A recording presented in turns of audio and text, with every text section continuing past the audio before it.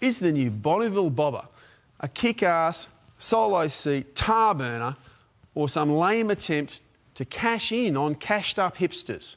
We've taken the new Triumph out to some back roads to find out.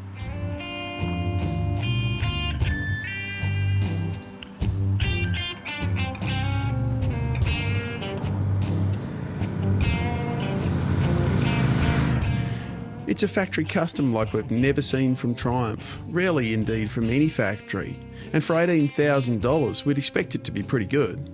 You're drawn to the missing back end, the custom look extending to obliterating any pillion seat, with a tight metal mudguard hugging the rear wheel, and mounted on the swing arm so it always stays close to the tyre. It looks like a suspension-free hardtail, but there's a single suspension unit hiding under another bespoke component, a classic saddle, something that wouldn't look out of place on a classic tractor. The retro style is in place with the laced wheels, but they are black, not chrome, while the tank, instruments and lighting definitely have a retro feel to them. Then we come to the engine. It looks a bit like an old 4-speed 650 from the 1960s.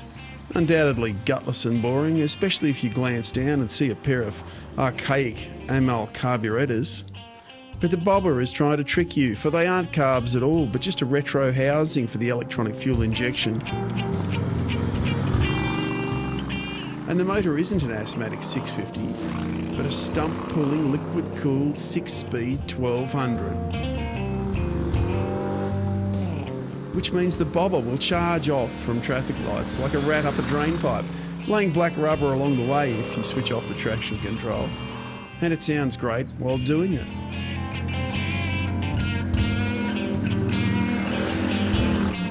Yes, this is a modern motorcycle dressed in custom togs, with fancy electronics keeping everything under control when it's switched on. There are a couple of riding modes, ABS, ride-by-wire, and traction control and EFI I've already mentioned. And that's a good thing.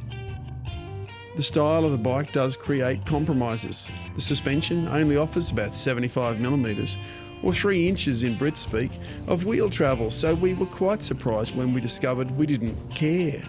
We also discovered we didn't care that it couldn't be adjusted, because we usually do care about such things. But on the Bobber, well, just ride it. Fun will be had. The riding position is comfortable, although because of the low seat and conventional foot pegs, it is a little cramped if you're tall. The handlebars are drag racer style, out in front and fairly wide, which suits the bike perfectly if you're riding it with the gusto it deserves. Cornering clearance will be consumed.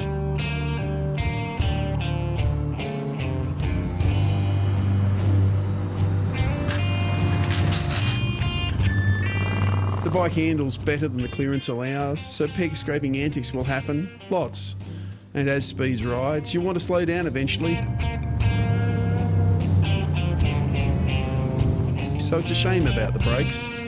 Triumph has stayed retro with the brakes, opting for a disc at each end. The 2-piston calipers work okay, but they don't have the bite or power the motor dictates. So the cashed-up hipsters should stay away from the Bobber. It's a real motorcycle, and it deserves a real motorcyclist. Someone who understands cool, understands the style of a custom, and wants to make a bit of noise every now and then.